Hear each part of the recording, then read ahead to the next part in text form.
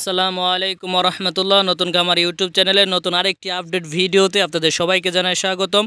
আশা করি আল্লাহ তাআলার অশেষ রহমতে আপনারা সবাই ভালো আছেন এবং আপনাদের গৃহপালিত পশু পাখিগুলো ভালো আছে। আলহামদুলিল্লাহ, আপনাদের দোয়ায় আমার গোল্ডেন চিনহাঁস দেখেন। এটা আসলে গোল্ডেন ছিল না, এটার রং ছিল এরকম একদম সাদা ফ্রেশ ছিল, কিন্তু এইটা এরকম কালার হয়েছে কিভাবে আমি আপনাদেরকে বলি। তার আগে আমি আপনাদেরকে জানাই যে আমার চিনহাঁস বর্তমানে কুচে আসছে বর্তমানে 3টি এবং আমার কাছে মোট বর্তমানে চিনহাঁসের সংখ্যা আছে 10 পিস।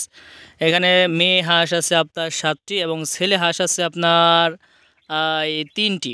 তো 3টির থেকে আমার এই গোল্ডেন চিনহাঁসের হাঁসাটা আমি বিক্রি করব একটা, এইটা বিক্রি করা হবে, আর বাকি 2টা আমার কাছে আমি রেখে দেবো, এইটা বিক্রি করা হবে।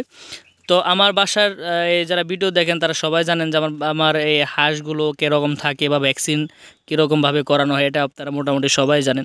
তো এই হাঁসাটা যদি কারো প্রয়োজন হয় তাহলে ইনশাআল্লাহ কমেন্ট বক্সে কমেন্ট করবেন, আমি নাম্বার দিয়ে দিব আপনাদেরকে। তো এদেরকে গোসল করানো হয়েছে হলো আপনার পটাশের পানি দিয়ে। পানির মধ্যে পটাশের পরিমাণটা একটু বাড়িয়ে দেওয়ার কারণে আমার হাত দেখেন,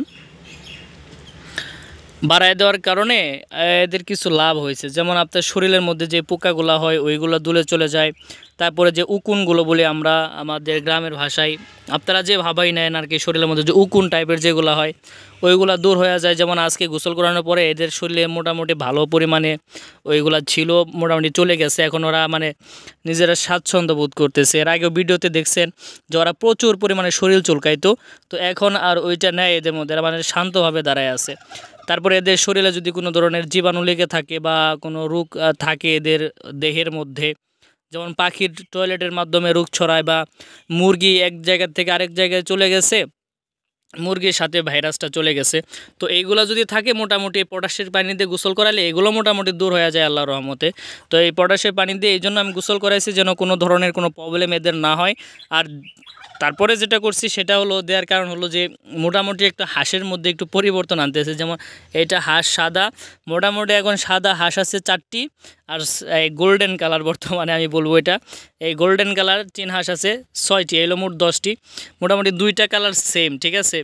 এখন নিয়ত করছি যে কালো একটা বা 2টা কালো হাঁস আনবো, তাহলে 3টি কালারের হাঁস আমার এখানে অ্যাড হবে, মোটামুটি থাকবে ইনশাআল্লাহ। তো এই ছিল ভিডিওতে। আপনারাও চাইলে গোসল করি আপনাদের সাদা চিনহাঁসকে এরকম গোল্ডেন কালার চিনহাঁস বানাতে পারবেন। ধন্যবাদ সবাইকে, আসসালামু আলাইকুম।